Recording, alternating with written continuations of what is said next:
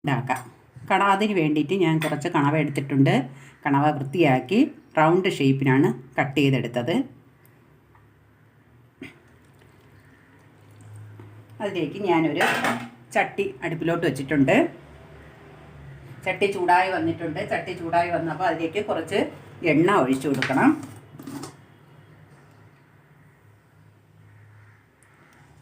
കുറച്ച് എണ്ണ ഒഴിച്ചു കൊടുത്തു.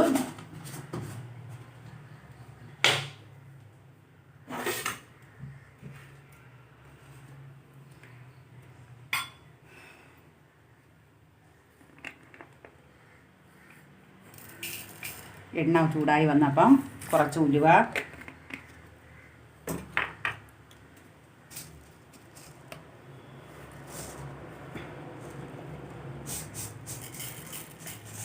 കുറച്ച് കടുക്,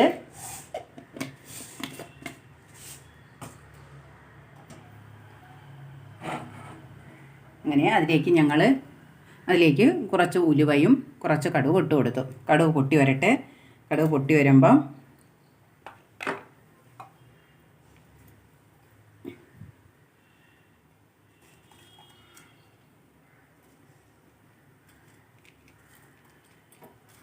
ഇപ്പോൾ കടുക് പൊട്ടാറായി വരുന്നുണ്ട്.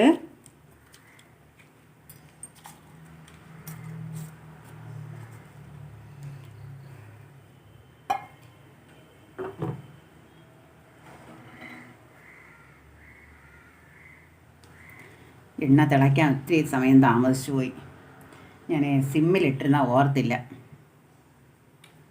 എണ്ണ നല്ലപോലെ ചൂടാവാതെയാണ് കടുക് എടുത്തിട്ടത്.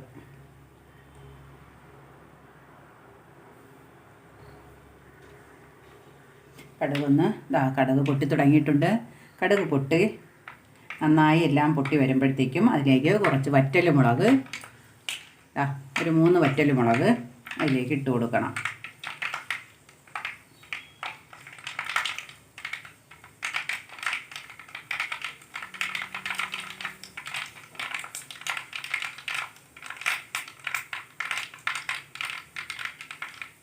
വറ്റൽമുളക് ഇട്ട് കൊടുത്ത് അതിലേക്ക് കുറച്ച് ഇഞ്ചി, ഇങ്ങനെ നീളത്തിൽ അരിഞ്ഞ കുറച്ച് ഇഞ്ചി, കുറച്ച് വെളുത്തുള്ളി, അതും കൂടി അതിലേക്ക് ഇട്ട് കൊടുക്കണം.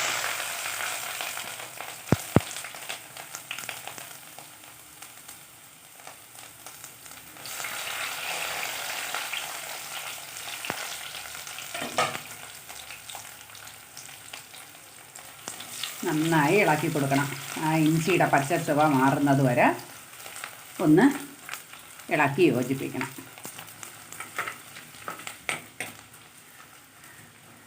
അപ്പം ഇഞ്ചി ഒരുവിധം നിറം മാറി തുടങ്ങിയിട്ടുണ്ട്. അതിലേക്ക് കുറച്ച് കറിവേപ്പില ഇട്ട് കൊടുക്കുക.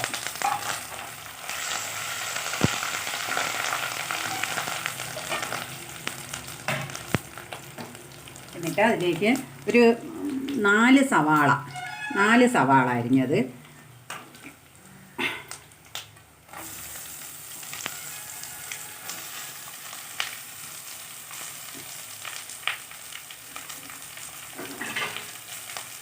ഈ സവാളയും കൂടെ ഇട്ട് നന്നായി ഇളക്കി യോജിപ്പിക്കണം.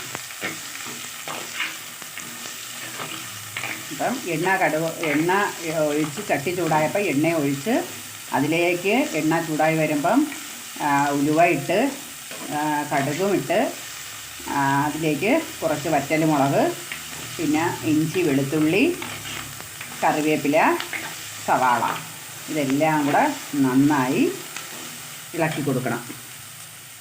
സവാള നന്നായിട്ടൊന്ന് ചുവന്ന് വരണം. നല്ലതുപോലെ ചുവന്ന് വരുമ്പോഴേക്കും ഒരു 3-4 തക്കാളി പേസ്റ്റാക്കി എടുക്കണം.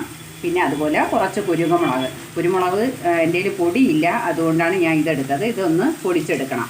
അപ്പോൾ ഇത് രണ്ടും കൂടെ പൊടിച്ച് ഇത് പേസ്റ്റാക്കി കൊണ്ടുവരാം. കുരുമുളക് പൊടിച്ച് എടുക്കാം. അപ്പോഴേക്കും സവാള ഇവിടെ കിടന്ന് നന്നായിട്ട്,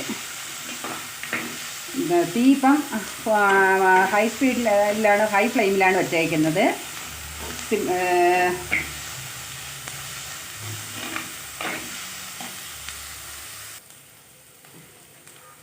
അപ്പം ഉള്ളി ഇതാ നല്ലതുപോലെ ചുവന്ന് വന്നിട്ടുണ്ട്. അതിലേക്ക് തക്കാളി നമ്മൾ അരച്ച് വെച്ചേക്കുന്ന തക്കാളി പേസ്റ്റ് അതിലേക്ക് ഒഴിച്ചു കൊടുക്കാം. ഞാൻ തക്കാളിയും ആ കുരുമുളകും കൂടെ ചേർത്താണ് അരച്ചെടുത്തത്.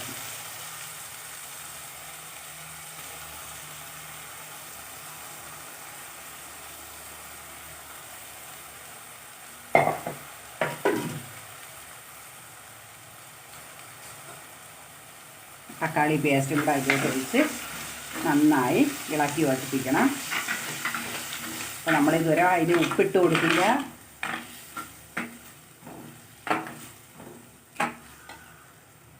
അതിലേക്ക് ആവശ്യത്തിനുള്ള ഉപ്പ്. അപ്പം ഞാനിപ്പോൾ ഈ സ്പൂണിൽ ഒരു അര സ്പൂൺ ഉപ്പാണ് ഇട്ട് കൊടുക്കുന്നത്. അര സ്പൂൺ ഉപ്പിട്ട് നല്ല അതുപോലെ ഇളക്കി യോജിപ്പിക്കണം.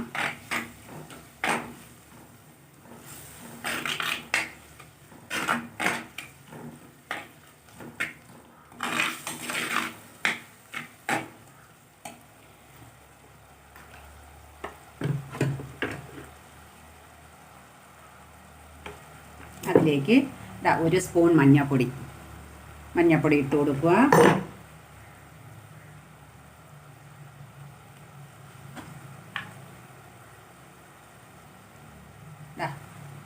ഇത് എരിവുള്ള മുളകാണ്. ഒരു സ്പൂൺ മുളക് പൊടി ഇട്ട് കൊടുത്തു. ഒരു അര സ്പൂണും കൂടെ, പിന്നെ നിറച്ച് വേണ്ട, ഒരു അര സ്പൂണും കൂടെ മുളക് പൊടി. അങ്ങനെ 1.5 സ്പൂൺ മുളക് പൊടി ഇട്ട് കൊടുക്കുക.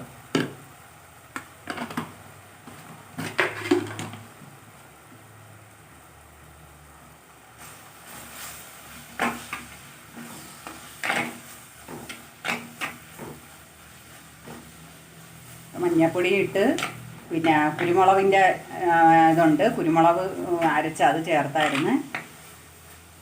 മഞ്ഞൾപ്പൊടിയും മുളക് പൊടിയും ഇട്ട് കൊടുത്തു. അതിലേക്ക് മസാല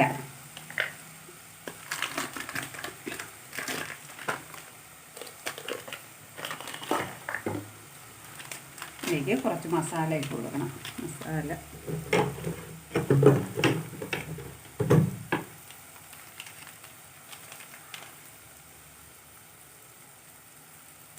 പാക്കറ്റ് വാങ്ങിച്ച് ഞാൻ ഇവിടെ പൊടിച്ച മസാല എൻ്റെ കയ്യിൽ ഇല്ല കേട്ടോ.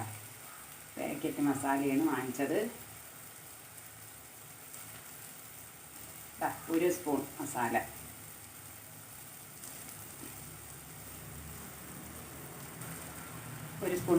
ഇട്ട് കൊടുത്തു. എന്നിട്ട് നല്ലതുപോലെ ഇളക്കി കൊടുത്ത്,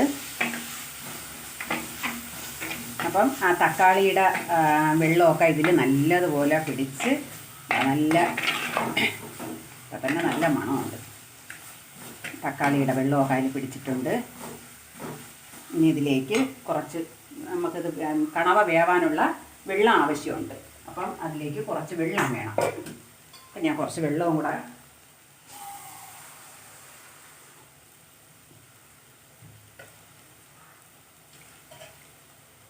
കണവ വേവാനും വേണ്ടി, കണവയ്ക്കത്ത് വേവുള്ള നല്ല കട്ടിയുള്ള കണവയാണ്. ഇതൊക്കെ വെന്ത് വരാൻ ഒത്തിപ്പാടാണ് കണവ. അപ്പം അതിന് നല്ല വേവുണ്ട്. അപ്പം അതിലേക്ക് കുറച്ച് വെള്ളവും കൂടെ ഒഴിച്ചാൽ അത് വേവത്തുള്ളൂ. അപ്പം ഈ മിക്സിയുടെ ജാറ് കഴിഞ്ഞ് കുറച്ച് വെള്ളം അതിലേക്ക് ഒഴിക്കാം. ഒരു ഗ്ലാസ് വെള്ളം വേണ്ടി വരും.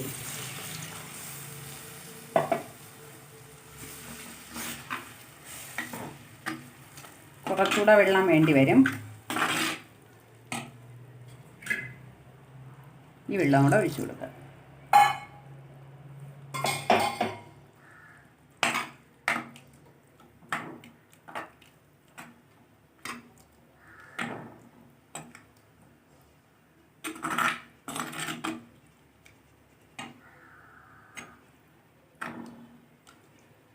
കുറച്ച് വെള്ളവും കൂടെ ഞാൻ നോക്കിയിട്ട് ഒത്തിരി കൂടെ വെള്ളം വേണ്ടി വരുമെന്നാണ് തോന്നുന്നത്.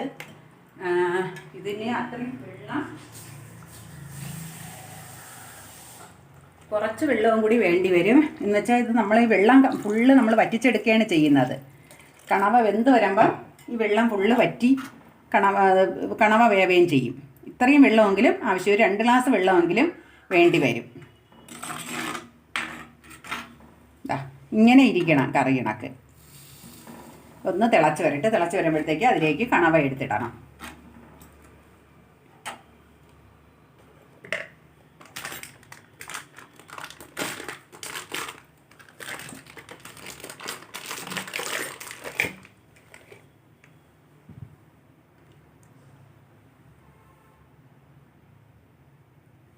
തിള വന്ന് തുടങ്ങിയിട്ടുണ്ട്. അതിലേക്ക് നമുക്ക് എടുത്തു വച്ചേക്കുന്ന കണവ ഇതിലേക്ക് ഇട്ട് കൊടുക്കുക.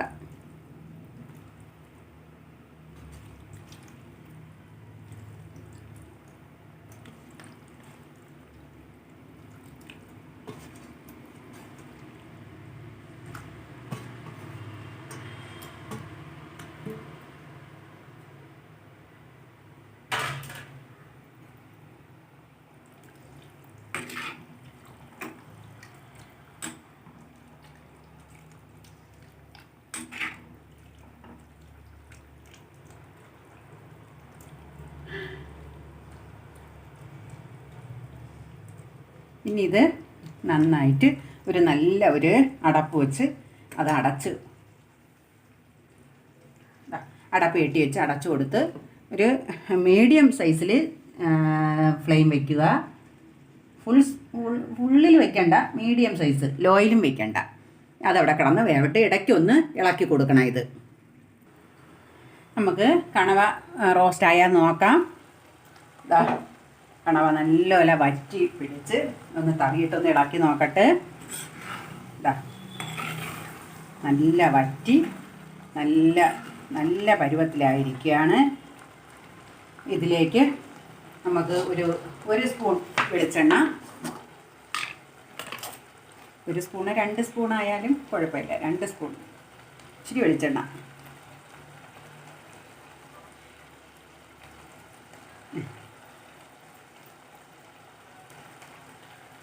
രണ്ട് സ്പൂൺ വെളിച്ചെണ്ണ ഒഴിച്ചു കൊടുത്ത്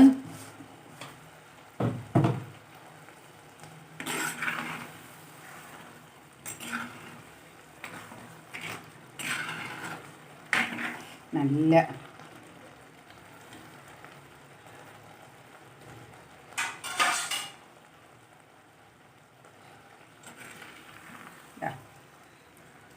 നമുക്കൊരു പാത്രത്തേക്ക് കോരി എടുക്കാം. കണ്ട, ഇതാണ് കണവ റോസ്റ്റ്. കണവ എന്നും പറയും, കൂന്തലെന്നും പറയും. ഇതാണ് കണവ റോസ്റ്റ്. അപ്പം എല്ലാവരും ഈ വീഡിയോ കണ്ട് എനിക്ക് ലൈക്കും കമൻറ്റും എല്ലാം ഇടുക. എൻ്റെ ചാനൽ ഇതുവരെ സബ്സ്ക്രൈബ് ചെയ്യാത്തവർ എൻ്റെ ചാനൽ കൂടി ഒന്ന് സബ്സ്ക്രൈബ് ചെയ്യണം. പിന്നെ ഈ കണവ റോസ്റ്റ് എല്ലാവരും ഒന്ന് ട്രൈ ചെയ്യണം. അപ്പം അടുത്ത വീഡിയോ നമുക്കുടനെ കാണാം. ബൈ.